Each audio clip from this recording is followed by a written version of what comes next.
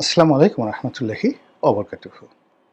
সম্মানিত দর্শক, তরুণ নেতা, জাতীয় নেতা, রাজনৈতিক নেতা জনাব উসমান হাদি তিনি গুলিবিদ্ধ হয়েছেন। অজ্ঞাতনামা সন্ত্রাসী, আততায়ী অথবা অন্য যে কোনো দেশি বিদেশি শত্রু হতে পারে। তারা হতে পারে গণতন্ত্রের শত্রু, তারা হতে পারে দেশের শত্রু, বিদেশি শত্রু, তারা হতে পারে কোনো গুপ্ত সংস্থা, গোয়েন্দা সংস্থা, এমনকি জনাব হাদির যে রাজনৈতিক সংগঠন, সেই সংগঠনের তার প্রতি যারা বিক্ষুব্ধ তাদের দ্বারাও তিনি গুলিবিদ্ধ হতে পারেন।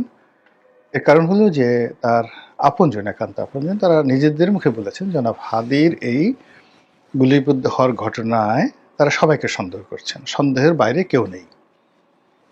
এখানে জনাব হাদি এই গত 14 মাস ধরে বাংলাদেশের একজন আলোচিত, সমালোচিত, বিতর্কিত রাজনৈতিক ব্যক্তিত্ব। সবকিছুর ঊর্ধ্বে যে জিনিসটি আমাদেরকে নাড়া দেয় সেটি হলো তার একটি ব্যক্তিগত সহজ সরল স্বাভাবিক জীবন ছিল, যেটি এখন প্রকাশিত হয়ে গেছে। আমার সৌভাগ্য হয়নি তার সঙ্গে কখনো কথা বলার কিংবা তার সঙ্গে সরাসরি মুখোমুখি দেখা হওয়ার কখনো সুযোগ হয়নি। টেলিভিশনে তাকে দেখেছি, তার বক্তব্য শুনেছি। তো তার বক্তব্য প্রদানের ক্ষেত্রে বা প্রতিপক্ষকে ঘায়েল করার ক্ষেত্রে, জনগণকে উত্তেজিত করার ক্ষেত্রে যে কজন তরুণ প্রজন্মের নেতা এই গত 15 মাসে আমাদের সামনে এসেছে, নিঃসন্দেহে তাদের মধ্যে জনাব হাদি একেবারে সম্মুখ সারির। তার রাজনৈতিক ভবিষ্যৎ কি আছে বা কি হতো সেটা মুখ্য বিষয় না। মূল ব্যাপার হলো জুলাই আগস্ট বিপ্লবের পর অলমোস্ট প্রায় 20-25 জন মেধাবী তরুণ নেতৃত্ব আমাদের সামনে এসেছে। এদের অনেকের বিরুদ্ধে অনেক বদনাম এসেছে, দুর্নাম এসেছে। তুলনামূলকভাবে যে কয়জন এখনো পর্যন্ত যাদের বিরুদ্ধে কোনো আর্থিক কেলেঙ্কারি বা দুর্নীতির অভিযোগ আসেননি, তাদের মধ্যে হাসনাত আবদুল্লাহ এবং এই উসমান হাদি অন্যতম। তো জনাব উসমান হাদি তার যে এই গুলিবিদ্ধ হওয়াটা, এটা এই সময়ের সবচেয়ে আলোচিত ঘটনা। পুরো দেশ রীতিমতো স্তম্ভিত, একে অপরের দিকে সন্দেহের তীর ছোড়াছুড়ি চলছে। সবাই, বেশিরভাগ মানুষই মনে করছে যে মূলত রাজনীতির মাঠকে ঘোলা করার জন্য তৃতীয় কোনো শক্তি এই দুর্ঘটনা ঘটিয়েছে। এখন তৃতীয় শক্তি বলতে বোঝাচ্ছে যে এখানে ক্ষতিগ্রস্ত হয়েছেন জনাব হাদি। দ্বিতীয় শক্তি হলো যে এই হাদির গুলিবিদ্ধ হওয়ার মাধ্যমে যাদেরা বেনিফিটেড হবেন, যাদের লাভ হবে, তারা হলো দ্বিতীয় পক্ষ। আর তৃতীয় পক্ষ হলো যে দ্বিতীয় পক্ষ যাদেরকে ভাড়া করেছে এই অপকর্মটি ঘটানোর জন্য। এখানে একটা বিষয় একেবারে খুবই প্রণিধানযোগ্য, সেটি হলো জনাব উসমান হাদিকে যে বা যারা গুলি করেছে তারা প্রফেশনাল, দক্ষ কিলার বা দক্ষ শুটার। এবং এখানে একাধিক শুট হয়েছে বলে মনে হচ্ছে না, একটা মাত্র গুলি একেবারে নিশ্ছিদ্র লক্ষ্যবস্তুতে আঘাত এনেছে। এবং এখন পর্যন্ত এই গুলি উদ্ধার হয়েছে, এই গুলি কি স্নাইপার রাইফেলের নাকি পিস্তলের, এই বিষয়গুলো আমরা এখন পর্যন্ত বুঝতে পারিনি। 2 নম্বর হলো যে এখানে দৃশ্যের পেছনে দৃশ্য থাকতে পারে। যেমন দেখা গেল যে একটি গ্রুপ এখানে পিস্তল উঁচিয়ে ক্যামেরার সামনে ধরা পড়েছে বা তাদেরকে ধরিয়ে দেওয়া হয়েছে। আর দৃষ্টিভঙ্গি যখন বা মানুষের দৃষ্টি যখন এই হুন্ডায় করে চড়া বা মোটরসাইকেলে পিস্তল উঁচিয়ে গুলিরত এই আততায়ীর দিকে, ঠিক সেই সময়টিতে হয়তো পেছন থেকে কেউ গুলি করেছে। এখানে আপনি চিন্তা করুন যে যেভাবে মোটরসাইকেলটি যাচ্ছিল, আর উসমান হাদি যেভাবে পাশে বসেছিল। তো সেই ক্ষেত্রে সরাসরি মানে আপনি যদি দেখেন যে আমি জানি না গুলির যে অংশটি, আপনি যেভাবে মোটরসাইকেল চালান না কেন, তাতে যে পয়েন্টে গুলিটা লেগেছে, এই পয়েন্টে কোনো অবস্থাতেই মানে যাকে বলা হয় নিশানা, মানে চলন্ত মোটরসাইকেল থেকে এই নিশানায় ওই জায়গাতে গুলি করা সম্ভব নয়। আপনি অ্যাঙ্গেল দেখেন, যদি রিক্সাটা সহজ হয়, সেই রিক্সাটার থেকে অন্তত পক্ষে 3 থেকে 4 ফিট দূরত্বে মোটরসাইকেলটি চলেছে, আর হাতটা বাড়িয়ে যদি গুলি করা হয় তাহলে সেই গুলি ঠিক ওই জায়গাটাতে স্পর্শ করে না।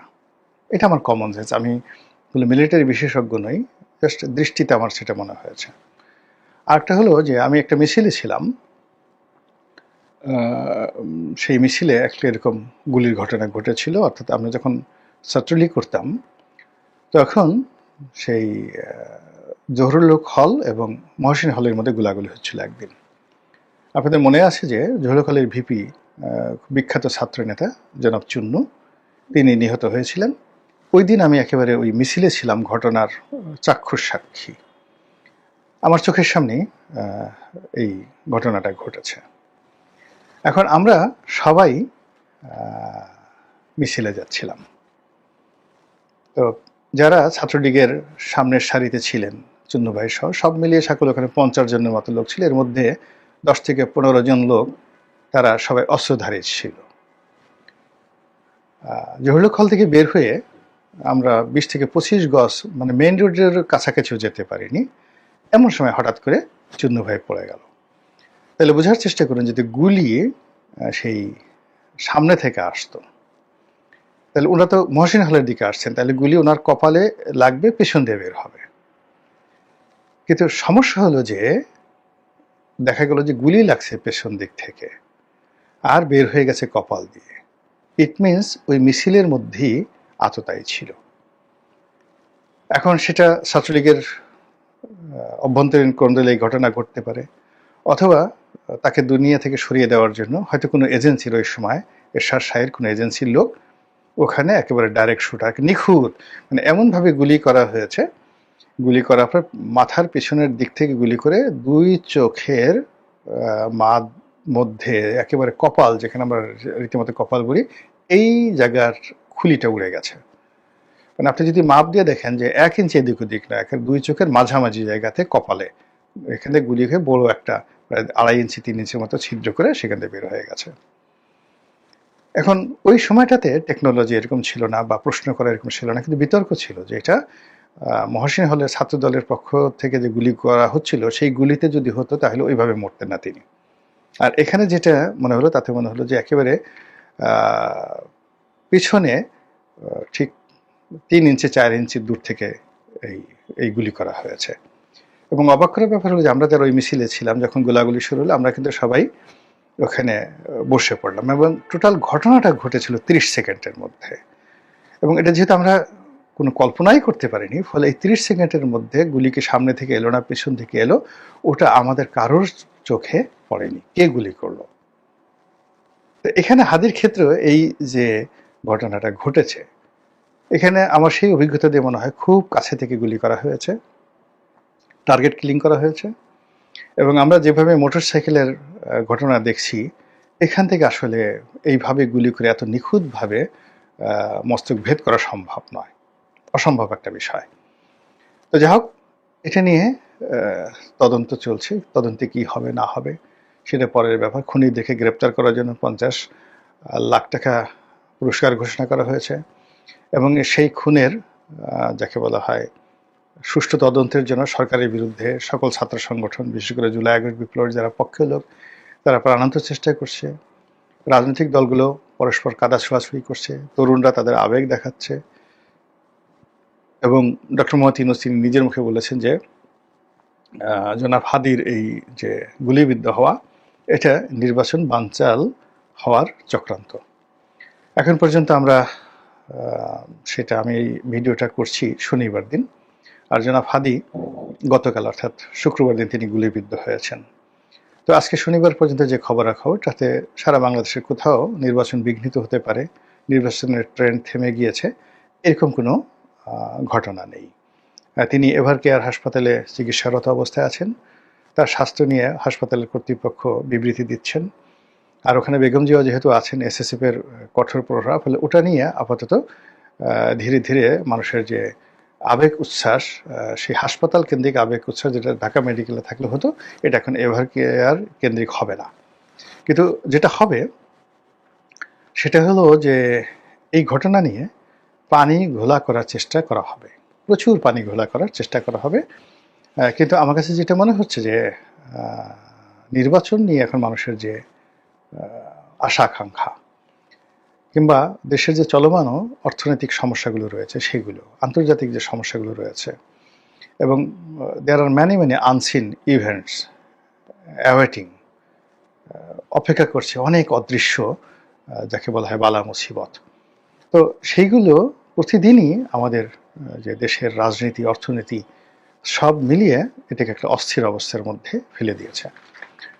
ওসমান হাদির এই গুলিবিদ্ধ হওয়ার ঘটনা অনেকের মনে ভয় ধরিয়ে দিয়েছে, এতে কোনো সন্দেহ নাই। তরুণ যারা বিপ্লবী আছেন অনেকে অশ্রুসিক্ত, অনেকে হতোদ্যম, এবং এরকম একটা পরিস্থিতি যখন ঘটে, তাও আবার ইলেকশনের এই মুহূর্তে, যে যতই বড় কথা বলুক না কেন যে রক্তের বদলা নেব, তারপরে এক হাদি গেলে তাতে কি হবে, 100 হাদি জন্ম নেবে, আসলে হাদি একজনই জন্ম নেয়, আবু সাইদ একজনই জন্ম নেয়। এরকম বিপ্লবী, এরকম সাহসী, এরকম দুর্নির্বার লোক খুব অল্প, খুব অল্প। তো যার জন্য এটা আর হবে না। তাকে বাঁচিয়ে রাখাটা আমাদের জন্য দায়িত্ব এবং কর্তব্যের মধ্যে ছিল। তাকে হুইপিং করা, তাকে সাজেশন দেওয়া, বা তাকে ভালো পথে রাখা, যে যতটুকু বিতর্ক তাকে নিয়ে হয়েছে, এইটা ইচ্ছা করে আমাদের যারা সিনিয়র নেতৃবৃন্দ তার সঙ্গে আছেন তারা তাকে বুঝালেই এই জিনিসটা পারা যেত। এর কারণ হলো বিপ্লব এমন একটা জিনিস বা অভ্যুত্থান এমন একটা জিনিস, সেই অভ্যুত্থানে যারা সফল হন তারা অনেকটা পাগলা ঘোড়ার মতো হয়ে যান। এটা কেবল বাংলাদেশে নয়, সারা পৃথিবীতেই সবাই এই ঘটনা ঘটে, এবং আজকে নয়, যুগে যুগে যারা বিপ্লবে, যে কোনো বিপ্লবের যারা নায়ক থাকেন তারা অনেকটা সেই নজরুলের বিদ্রোহী কবিতার মতো, তাদের সামনে কোনো বাধা আসলে তারা সেটাকে কেয়ার করতে চান না। তো সেক্ষেত্রে জনাব হাদি এবং অন্যান্য যে সকল তরুণ নেতৃত্ব রয়েছেন তাদের সকলের প্রতি আমাদের দায়িত্ব এবং কর্তব্য রয়েছে। তাদেরকে সমালোচনা না করে তাদেরকে ইন্সপায়ার্ড করা, ভালো কথা বলা, তাদেরকে সাজেশন দেওয়া। কিন্তু আমরা সেগুলো না করে আমাদের মধ্যে যে সকল ধান্দাবাজ, ধড়িবাজ লোকজন আছে, আমরা এই তরুণদেরকে ব্যবহার করার চেষ্টা করেছি। অনেকে বিভিন্ন গুপ্ত জায়গা থেকে নানা রকম গুপ্ত কর্মে এই তরুণদেরকে ব্যবহার করেছি। অনেকে প্রকাশ্য থেকে এদেরকে নিজেদের হাতিয়ার রূপে, ঢাল রূপে ব্যবহার করার চেষ্টা করেছি। এদেরকে ব্যবহার করেছি, এদের মাধ্যমে ফায়দা লুটেছি, এবং এদের অনেকের চরিত্রে আমরা কিন্তু কালিমা লেপন করে দিয়েছি। আদারওয়াইজ 15 মাস আগে বলতে গেলে সবাই ছিল দেবশিশুর মতো। 15 মাস আগে শেখ হাসিনার জামানাতে তারা কেউ ঘুষ খাবেন, দুর্নীতি করবেন, জোরে কথা বলবেন, মানুষের সাথে বেয়াদবি করবেন, বা এই গত 15 মাসে তাদের বিরুদ্ধে যে সকল অভিযোগ এসছে, এই জিনিসগুলো কল্পনাই করা যেত না। ফলে আমাদের এই মাটি, আলো বাতাস আমাদের অনেক সম্ভাবনাকে নষ্ট করে দেয়।